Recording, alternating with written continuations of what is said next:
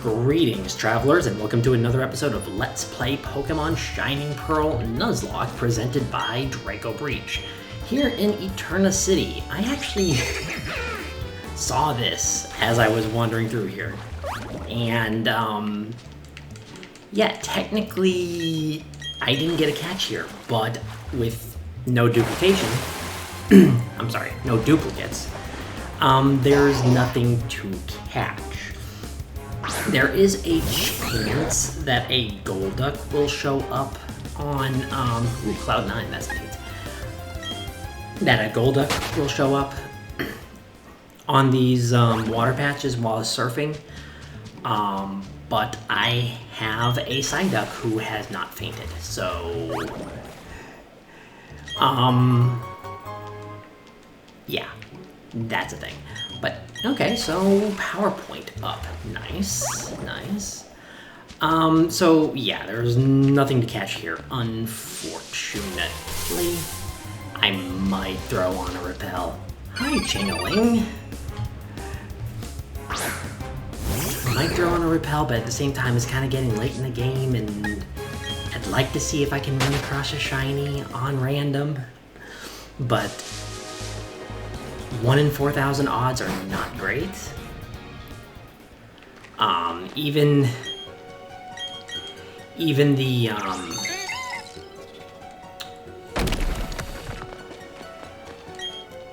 best odds in Pokemon Arceus are still not great.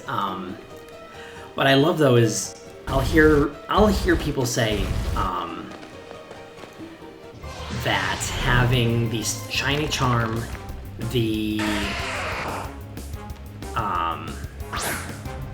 like having all the best possible options reduces the shiny rate to like 1 in 152 or something like that. It's like that's not quite how rerolls work, because it's okay. And you can already kind of see what's happening since we completed the Galaxy Hideout. There's no way of getting to the peak of Mount Coronet from Hearthhome is where I need to start from. How did I miss that escape rope? I think she's talking about like if we push this all the way down, it's basically a dead end. Yep. I just wanted to see if I was remembering correctly, because I thought that there was a good way to get there and a bad way, but it's fine. What was I saying? That's what happens when I get distracted. What was I just saying?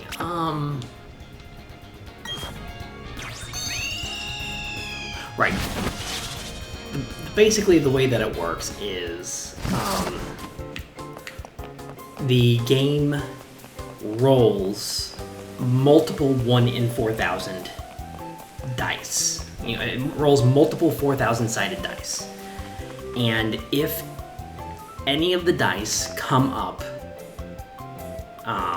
which way am I going? I think it's this way. Come up as a shiny catch, then the encounter is shiny. And yes, that does indeed increase your chances, but it doesn't quite increase it in the same way as just flat out improve it. Okay. It does improve the odds, so saying that it doesn't flat out improve the odds is wrong. But it doesn't improve them in quite the same way that people may anticipate. I have not gone up there, I don't believe, and I have not gone up there. I don't know that going up there is going to be important at all. I've temporarily swapped out Bill from the party so that I can have the chance of getting more of my Pokemon up to level 46. Leaving Harold in the party just because probably my strongest Pokemon, honestly, once fully evolved. And, like I said, not going to be used on my first attempt at the Elite Four unless something dramatically bad happens. find it hilarious that I'm not really worried about a Golbat that's slightly higher level, but I was just badly poisoned, so... Wait, was that Dragon Breath? Well, I thought you had Dragon Claw. Dragon Breath shouldn't be too bad as a special attack, and Garchomp, the Gibble line has a surprisingly strong... Okay, nothing there is going to work too well.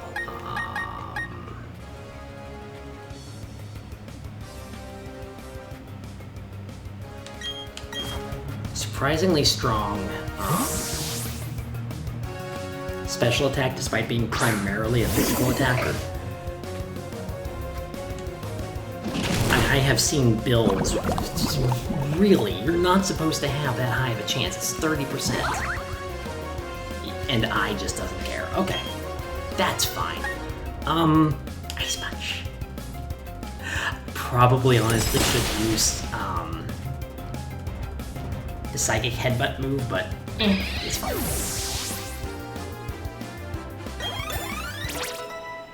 Yeah, I really need to catch. It's not too bad. Graveler. You will not survive unless you have Sturdy. And then you will survive, because you have Sturdy. Or not, you just happen to survive on 1 HP. I did not see Sturdy pop up. That's interesting. Oh, I might just use another Ice Punch, it's fine.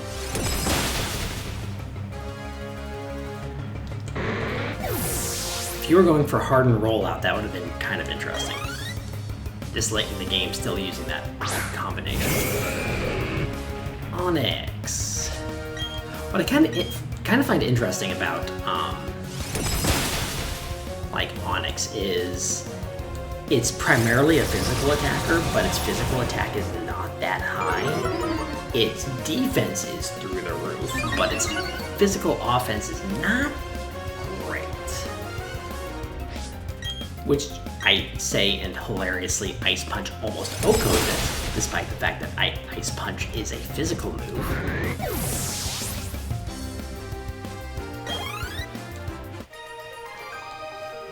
Which is actually something to get used to when you go back to Gen 1 through 3. I think 3 was still before the physical special split.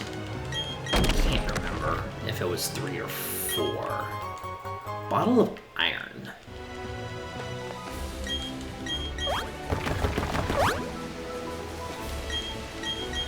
But, yeah, you could actually give the punch moves to Alakazam, and that was a viable strategy. It was actually a good strategy. So weird. But nowadays, they're physical moves, which makes a whole lot more sense, and it's a lot more fun to have the elemental punches on, you know, Pokemon where it makes sense to have the elemental punches, not Alakazam. Like, but I get it. It was a lot. Oh, I don't have. Oh boy. I keep getting mixed up on what order you get things in. I don't remember where to go in here, so this is going to be a journey.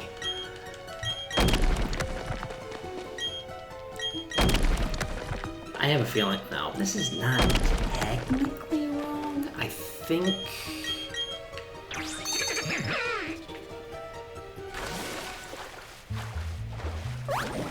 I mean, I did enter from the Hearthhome side, so we're already doing it.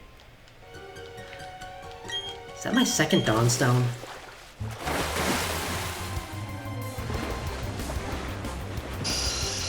It's so weird that I don't know if I'm the only one, but I like the design, and I've probably said this multiple times already, I like the design of Zubat and Magnemite. I don't like the design of Golbat and Magneton, and I really like the design of Crobat and Magnezone. I better go ahead and use... Nope, that was my first Dawnstone.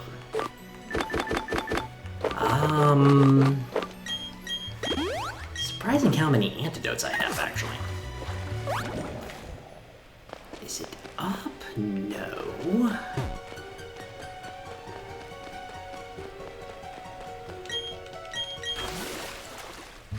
Hello, item.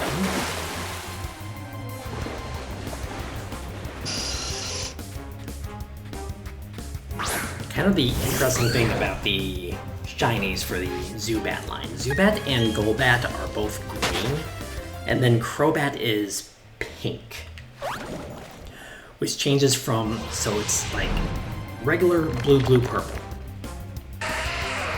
Shiny, green, green, pink. It's a way of doing it. The Geodude line is really interesting because it's kind of a bronze color, which is really much more evident in Arceus. This is kind of an awkward one. It's easier to do with the D-pad, so I would recommend swapping over to the D-pad for that and not running, because I've run into an issue where when I was using the joystick and or running, I would just keep falling off that ledge. So yeah, now I'm remembering the correct way to go, to some extent at least. Mount Cornet is not the easiest place to navigate, and there is a legendary in here. Excuse me. There is a legendary in here once you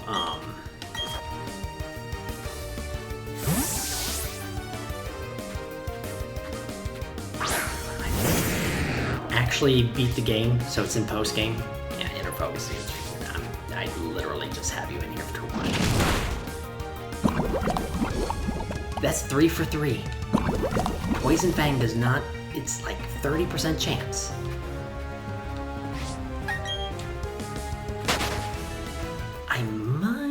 I think I have...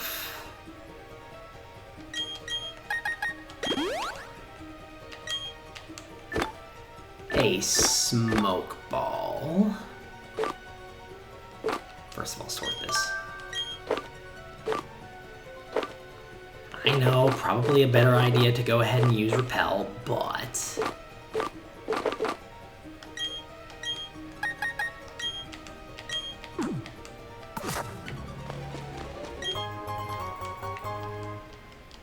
like I said, you don't have a chance of running across a shiny if you don't encounter a Pokemon. Okay, good. Another escape rope. Good. And besides, it's nice to see kind of what the encounters are like down here. Because, I mean, Machoke's a pretty strong Pokemon. I think it's one of the kind of unusual physical sweepers who is much more special defensive. Dude. Bronzong. Just a flat-out Bronzong in here. Okay.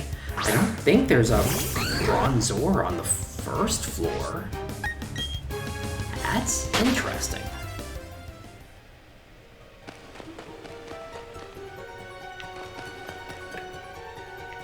Okay,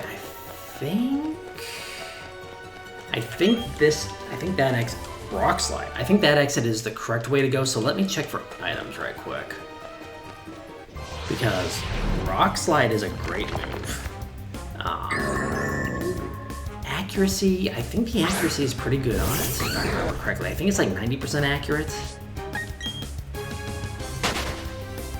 Now that is a permanent item, right? Yes, okay. What am I doing? What am I doing? Not even, oh wait. That is a friendship evolution, and friendship evolutions very rarely actually show up. Although, it is nice to see friendship evolutions actually show up in field in Arceus. Because seeing a random Crobat flying around, or a random, what is Chimchow? Revive, you're poking fun at me, game. Nah, it's always there.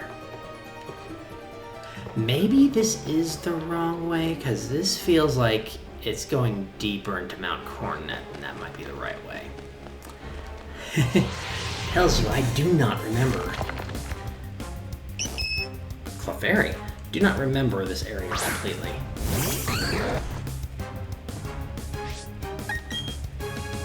I remember running across the Alpha Clefable in Arceus. That thing is huge. Alpha's stand just way... Oh, yep, this is the wrong way, good.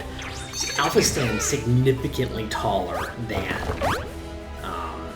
the player, there are exceptions. Like, I think the shortest Pokemon in the game is Badoo, and I think the Alpha is still shorter than the player, but the evolutions of Badoo, Roselia and Roserade, are taller than the player. Their non-alpha forms are kind of short. I think Roserade is like 5 foot or something like that, so about the same height as the player character. Now I'm curious about that, but I'm not going to look. I mean, I have an alpha, not an alpha. Yeah, wait. I have an alpha Roserade, and I have a shiny Roserade, so I can easily look and compare them in Arceus. I am... If Legends Arceus was a test run for some features that they wanted for Pokemon for the next generational game, I am really, really interested in how Violet and Scarlet will turn out. Because if you can't tell by the fact that I talk about that game quite a bit, it has been a really fun game. Okay, up is the correct way. Right, okay, good. Max Revive, you're really... Oh, teasing. We grunts have been assigned to 2 noble jobs. 1 to ensure the success of our operation at the summit, and 2 to utterly destroy anyone who dares interfere.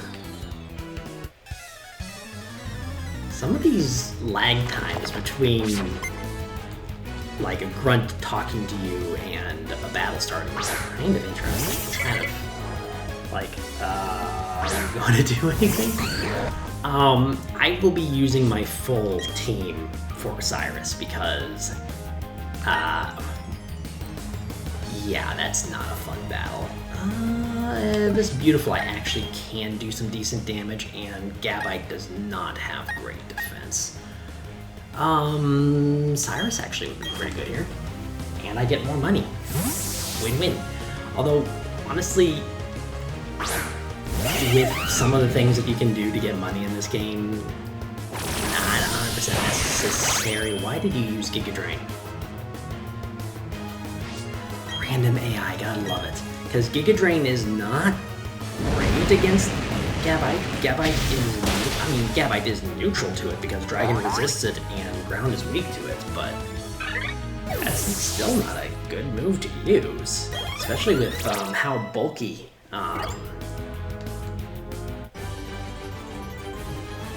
Well, no, Gabite's not exactly bulky. Its evolution is, but Gabite is not. Let's be honest. Encounter! I'll admit there's a lot of shinies that I really do like, and there's a lot of shinies that I just don't. Like, Clefairy, I think it gets a little bit darker, like a darker pink, and then has green ears. It's just like, what? Oh, this is Chimecho. Chimecho is what it evolves into. Chimecho's evolution is pretty cool looking, with it being kind of it looks like crystal jade, which is a really nice coloration and really does look good in Arceus, and I hope that it looks equally impressive in Violet Scarlet.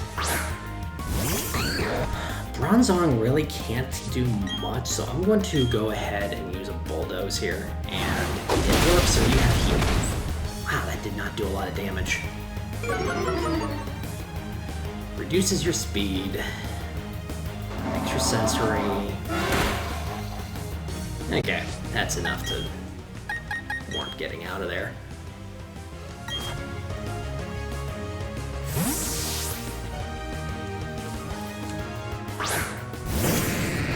I'm not going to be using Herald too much, but I figure if I think it might be possible to pull out a victory, go ahead and just try. Crunch. So you're going to be very weak for that.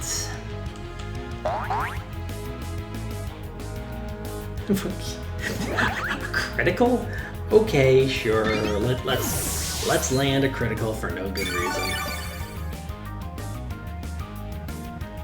Yeah, Shell Bell has been coming in handy. I don't think I've found a leftovers yet. Don't know who I would give it to. It would have to go to... Actually, no, I do. It would probably go to Bill.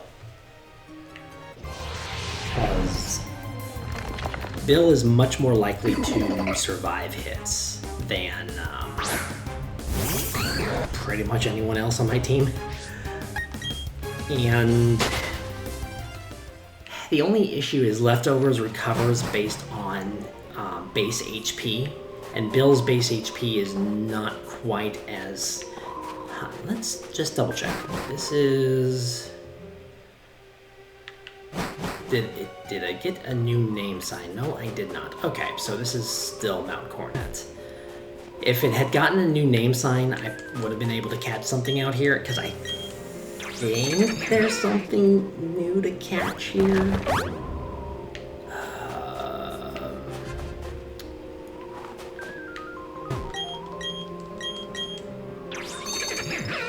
The interesting thing is there's actually two entrances here, and depending on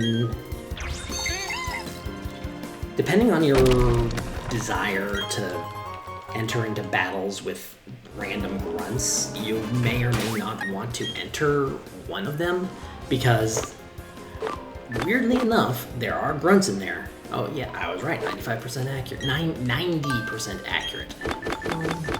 There may be grunts in there, but it's a completely optional area to enter. No, you do not have enough to restore with Hyper Potion.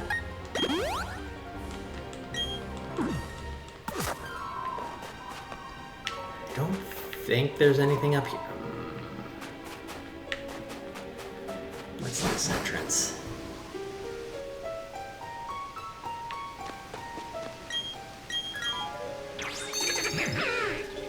Oh, trying to remember exactly. There are grunts this way. I don't think there's anything... I don't think there's anything else up the other way. There could be. Well, not a huge deal. The grunts are not worth much. Let's see. Your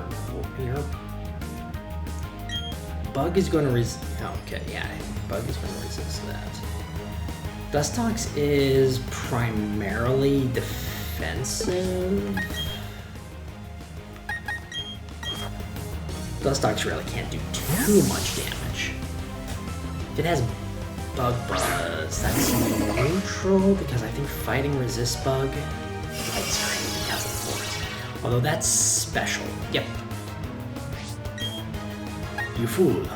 I am going to attack you with physical.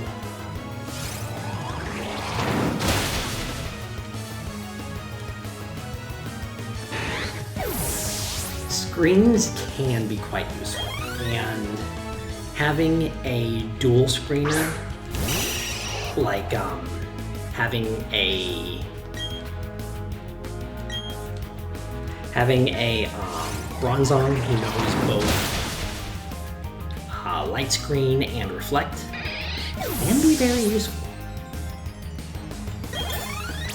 It is a valid tactic, for sure. You do have to be a little bit careful. You have to know, you kind of have to know what you're dealing with and kind of hope that they don't have something like, I think it's Taunt that prevents you from using,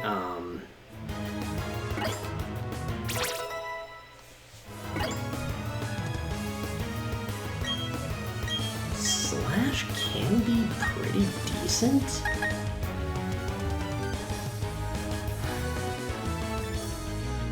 I think I'll take that over Bite.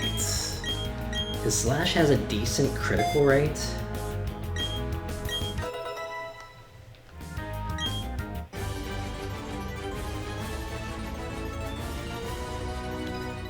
I can't remember if Gabite can learn, if that line can learn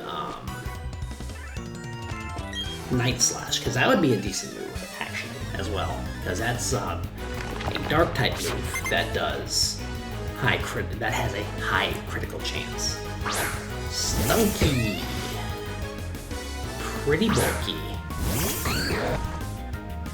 I don't imagine you doing much damage, but you could have Aftermath.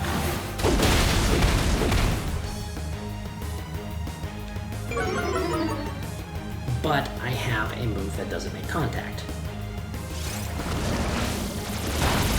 And I resist Venoshock. And I don't have a status, so Venoshock is not going to do extra damage. Actually, Venoshock requires poison status. So even if you have Aftermath, it will affect me because I do not use a move that makes contact.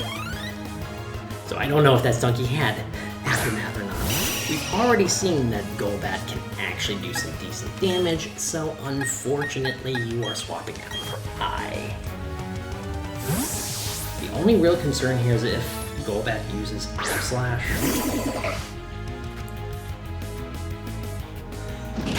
Poison Fang. Oh. What is with this luck on getting poison, getting a toxic effect every single turn or every single use? That's 4 for 4. I don't think, I'm pretty sure I have not had that kind of luck. I've had decent luck with it, but not that kind of luck.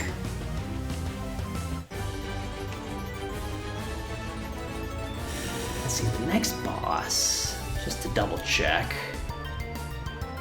Next boss is 48, and then the boss after that is 49. So it's actually pretty, I mean, there's only really a route between them, so.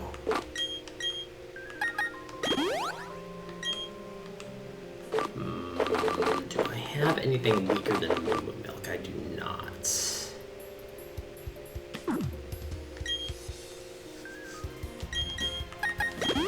I is pretty bulky, has decent defense, but I'd really rather just go ahead and heal that up. Wild Machoke. Actually, yeah. Bringing up Legends Arceus again. Lots of Pokemon have very interesting interactions with the player because they'll fall into one of a few different categories, whether they are aggressive, skittish, or whatever. And Machoke fall into a very interesting category where they're not aggressive, but they can become aggressive. Okay, this is an optional area. If you do not care about fighting grunts, you don't need to come in here. But these grunts will disappear once you beat Cyrus. So, if you want to maximize your experience, come in here. If you don't care, don't come in here. Okay. Level 40, you guys are actually upping your game. Not by much, but a little bit. I think the highest level I'd seen up to this point was like 38 8. Poison Fang, do not poison me again. Thank you. Oh, he only has one Pokemon, so that could explain. But I am going to go ahead and call it here for today. Get out of this room just so I can